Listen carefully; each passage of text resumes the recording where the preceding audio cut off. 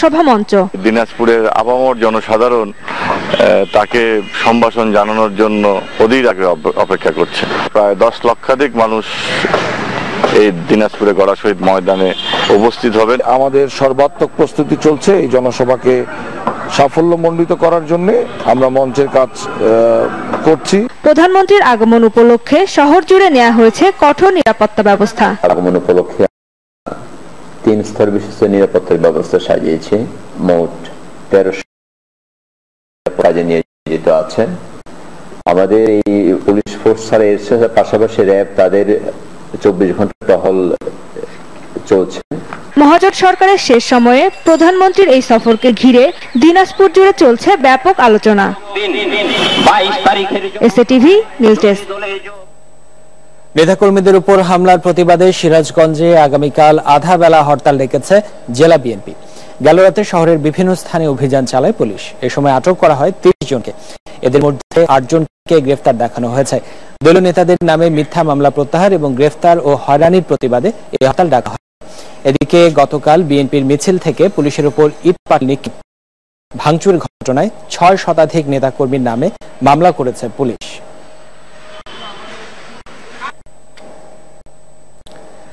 আধিপত্য বিস্তার নিয়ে ব্রাহ্মণবাড়িয়ার বিজয়নগরে পক্ষের সংঘর্ষে প্রায় 50 জন আহত হয়েছেন। পুলিশ জানায় সকালে কথা কাটাকাটির জেরে পাইকপাড়ার রাজু সর্দারের গ্রুপের সঙ্গে ইসহাক মাস্টার গ্রুপের লোকজন দেশীয় অস্ত্রশস্ত্র নিয়ে সংঘর্ষে জড়িয়ে পড়ে। প্রায় 2 ঘন্টার এই সংঘর্ষে দুপক্ষের অন্তত 50 জন আহত হন। ভাঙচুর করা হয় প্রায় 12টি ঘরবাড়ি। পরে পুলিশ লাঠিচার্জ করে পরিস্থিতি নিয়ন্ত্রণে আনে। আহতদের ব্রাহ্মণবাড়িয়া সদর হাসপাতাল ও স্থানীয় ক্লিনিকে ভর্তি করা হয়েছে।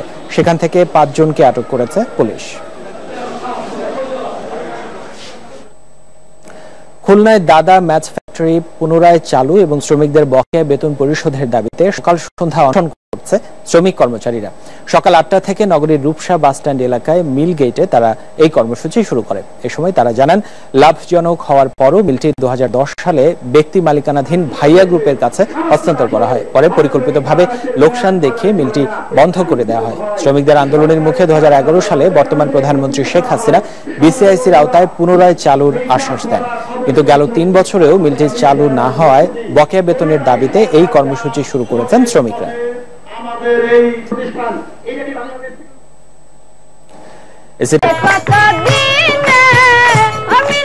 লালনের মৃত্যুবার্ষিকী উপলক্ষে এসএটিভির বিশেষ প্রামাণ্যচিত্র লালন মরল জল পিপাসায়, প্রযোজনা কাজী চপল। তার গানের ভাষাতে, শব্দতে, সমস্ত সবকিছুতে মানুষ গুরু নিষ্ঠা যার, গুরুর কাছে গেলেই এই নিজের সন্ধান পাবা। তাই আমার সাইজি লালনও বললেন, কি বললেন? আপনারে চিনতে পারলেই যাবে অচেনারে। দেখবেন মঙ্গলবার রাত 9:30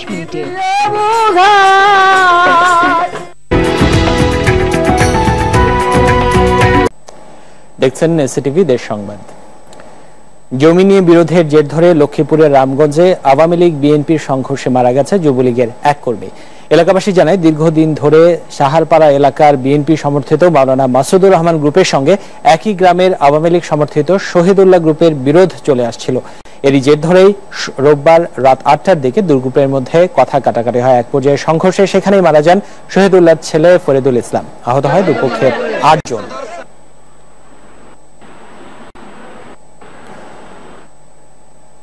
নারায়ণগঞ্জের সিদ্ধিরগঞ্জে গৃহবধূকে ধর্ষণের পর শ্বাসরোধে হত্যা করেছে দুর্বৃত্তরা। সকালে বাড়ির পাশের নির্জন এলাকা থেকে সুমির মৃতদেহটি উদ্ধার করে পুলিশ। এলাকাবাসী জানায়, সুমির স্বামী মাজহারুল গেল রাতে বাড়ি ছিলেন না, তবে তারা ওই বাড়ির সামনে কয়েকজন যুবককে ঘোরাফেরা করতে দেখেছেন। এদিকে ঘটনার পর থেকে নিহতের স্বামী পলাতক রয়েছে।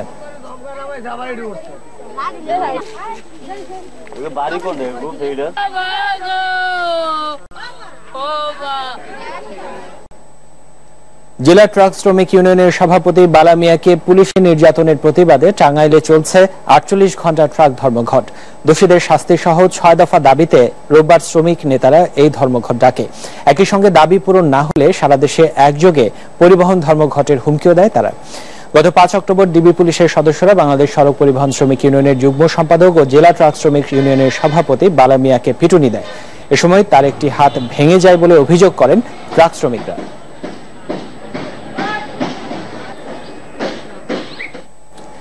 টানা 11 দিন বন্ধ থাকার পর পঞ্চগড়ের বাংলাবান্ধা স্থলবন্দরে আজ থেকে আমদানি রপ্তানি শুরু হয়েছে। আর একই সঙ্গে সকাল থেকে আবারও কর্মব্যস্ত হয়ে পড়েছে পুরো বন্দর এলাকা।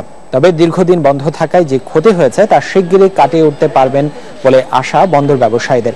পূজা ও ঈদ উপলক্ষে 10 অক্টোবর থেকে বন্ধ হয়ে যায় এই বন্দরের কার্যক্রম। এদিকে ব্রাহ্মণবাড়িয়ার আখাউড়া স্থলবন্দর দিয়েও আজ থেকে আমদানি রপ্তানি শুরু হয়েছে।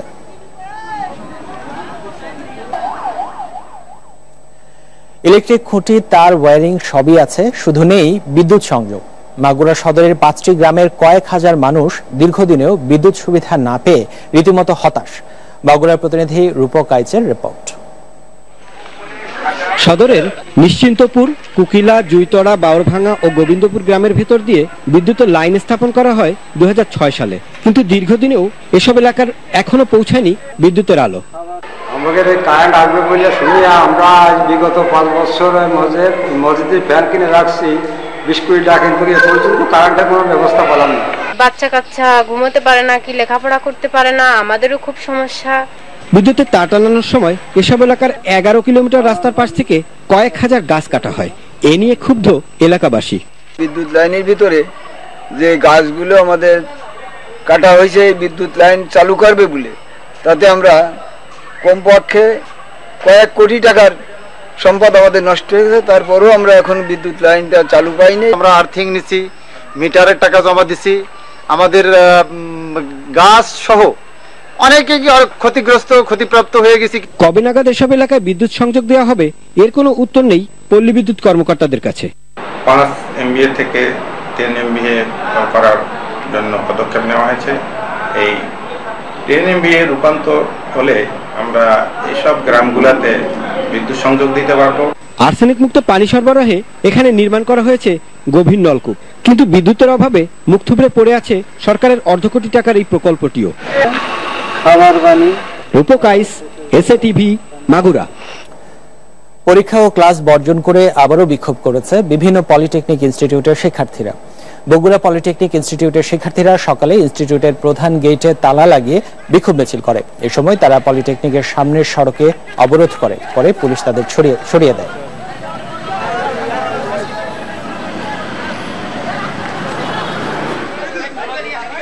লক্ষ্মীপুরের 22 মালা সড়কে টায়ারে আগুন দিয়ে সড়ক অবরোধ করে পলিটেকনিক ইনস্টিটিউটের ছাত্ররা।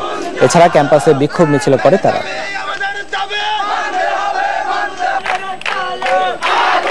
ময়মনসিংহ পলিটেকনিক ইনস্টিটিউটের শিক্ষার্থীরা আগুন জ্বালিয়ে ঢাকা ময়মনসিংহ মহাসড়ক অবরোধ করলে পুলিশের সঙ্গে তাদের ধাওয়া পাল্টা ধাওয়া হয়।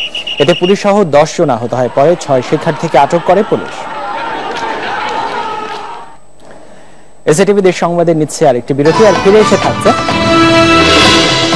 দিনাজপুরে শুরু হয়েছে স্কুল ব্যাংকিং কার্যক্রম, শিক্ষার্থীদের মাঝে ব্যাপক সাড়া। এসএটিভি দেশ সংবাদে। অবশেষে আগামী 1 সপ্তাহের মধ্যে আন্তর্জাতিক বেসামরিক বিমান চলাচল সংস্থা আইকাওয়ের নিরাপত্তা সনদ পেতে যাচ্ছে চট্টগ্রাম শাহ আমানত আন্তর্জাতিক বিমানবন্দর। এর মধ্য দিয়ে নতুন নতুন এয়ারলাইন্সের আনাগোনার পাশাপাশি এখানকার বিমান চলাচলে ব্যাপক গতি সঞ্চার হবে বলে আশা করছে কর্তৃপক্ষ। চট্টগ্রাম থেকে শাহনেওয়াজ রিটনের রিপোর্ট, ক্যামেরায় ছিলেন মোহাম্মদ আলমগীর। 2001 সালে আন্তর্জাতিক ফ্লাইট পরিচালনা শুরু হলেও থাইল্যান্ড, সিঙ্গাপুর ছাড়া মূলত মধ্যপ্রাচ্যে সীমাবদ্ধ ছিল শাহ আমানত বিমানবন্দর। পর্যাপ্ত অবকাঠামো আর নিরাপত্তার অভাব সহ নানা কারণে আইকাওর সনদ না থাকায় কিছুটা ইমেজ সংকটও ছিল বিমানবন্দরটির। অবশেষে আন্তর্জাতিক বেসামরিক বিমান চলাচল সংস্থাটির 6টি তাগিদ পূর্ণ করে এই নিরাপত্তা সনদ পেতে যাচ্ছে শাহ আমানত বিমানবন্দর। সোমবার বেসামরিক বিমান চলাচল কর্তৃপক্ষের উচ্চ পর্যায়ের একটি প্রতিনিধি দল চট্টগ্রাম পৌঁছার পর 3 দিন অবস্থান করে বিষয়টি চূড়ান্ত করবে। এই সার্টিফিকেশনটা হওয়াটা জরুরি এই কারণে, বিকজ আমরা এয়ারফিল্ডটাকে ইন্টারন্যাশনাল ডিক্লেয়ার করেছি, এটা একটা ইস্যু। এবং সেই ক্ষেত্রে শাহ আমানত এয়ারফিল্ডের যে রিকোয়ারমেন্টগুলো ছিল, বেসিক্যালি এখানে 6টা রিকোয়ারমেন্টস ফুলফিল করতে হয় কিছু ডকুমেন্টেশনের, এবং সেই রিকোয়ারমেন্টসগুলো মোরলেস অ্যাড্রেসড হয়েছে এবং কমপ্লিট হয়ে গিয়েছে। সম্প্রতি বিমানবন্দরের অ্যাপ্রন ও পার্কিং সুবিধা বাড়ার পাশাপাশি আগামী কয়েকদিনের মধ্যেই এখানে চালু হতে যাচ্ছে অটো রিফুয়েলিং সিস্টেমও।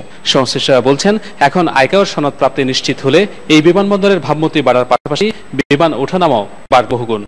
ভবিষ্যতে আমাদের আরো নতুন নতুন ফ্লাইট সংযোজন হবে এবং নন শিডিউল ফ্লাইটগুলি আমাদের এখানে বাড়ছে। আমাদের এয়ারপোর্ট ফ্যাসিলিটি ভালো থাকার কারণে এবং আরো যত দিন যাবে আশা করি আরো ভালো হবে। বেসামরিক বিমান চলাচল খাতের উদ্যোক্তারা বলছেন আইকাওর স্বীকৃতি পাওয়ার পর এখানকার সুবিধাগুলোর পুরোপুরি কাজে লাগানো গেলে বাংলাদেশের পর্যটন ও বিনিয়োগ সম্ভাবনার নতুন দ্বার উন্মোচিত হবে।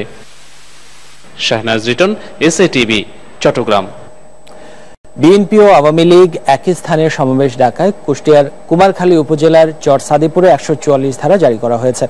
সকাল ৯টা থেকে সন্ধ্যা ৬টা পর্যন্ত এই আদেশ বহাল থাকবে বলে জানিয়েছে স্থানীয় প্রশাসন। কয়েকদিন আগে জেলা বিএনপি এই স্থানে সমাবেশ আহ্বান করে। এই স্থানে উপজেলা আওয়ামী লীগও পাল্টা সভা করলে ছড়িয়ে পড়ে উত্তেজনা। এদিকে বিএনপির পূর্ব ঘোষিত সভা বানচাল করতে পরিকল্পিতভাবে ১৪৪ ধারা জারি করা হয়েছে বলে দাবি জেলা বিএনপির সভাপতি সৈয়দ মেহেদী আহমেদ রুমির।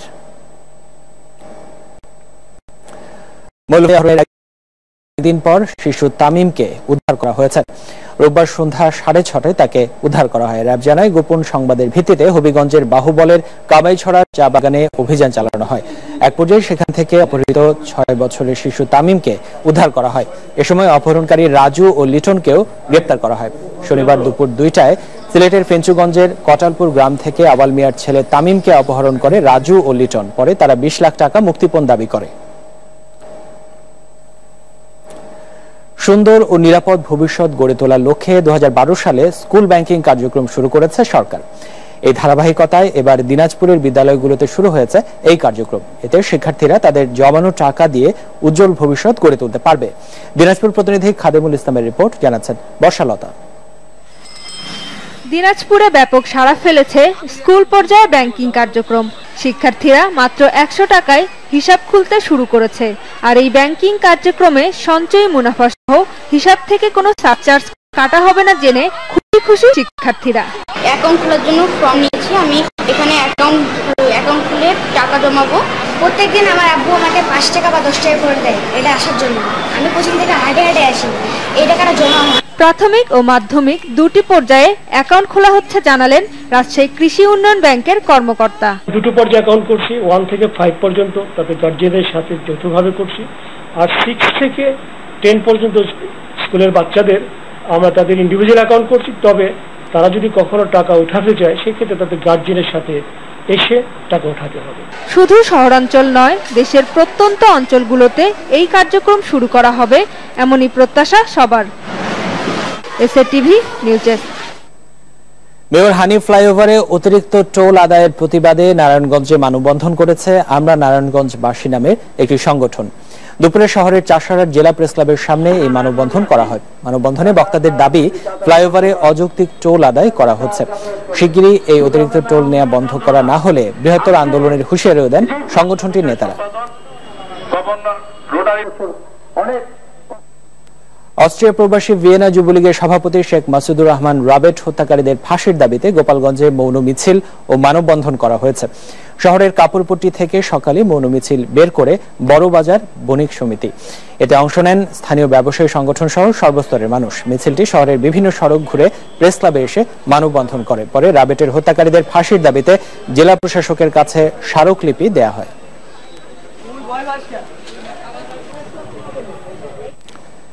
এসএটিভি দেশ সংবাদ শেষ করার আগে শিরোনামগুলো আরো একবার। প্রধানমন্ত্রী শেখ হাসিনা দিনাজপুর যাচ্ছেন কাল। বেশ কিছু উন্নয়নমূলক কাজ উদ্বোধন সহ ভাষণ দেবেন জনসভায়। এক সপ্তাহের মধ্যে আন্তর্জাতিক বেসামরিক বিমান চলাচল সংস্থার নিরাপত্তা সনদ পেতে যাচ্ছে চট্টগ্রাম শাহ আমানত আন্তর্জাতিক বিমানবন্দর। দলীয় নেতাকর্মীদের উপর হামলার প্রতিবাদে সিরাজগঞ্জে কাল আধা বেলা হরতাল। বিএনপির ৬০০ নেতাকর্মীর নামে মামলা। এই ছিল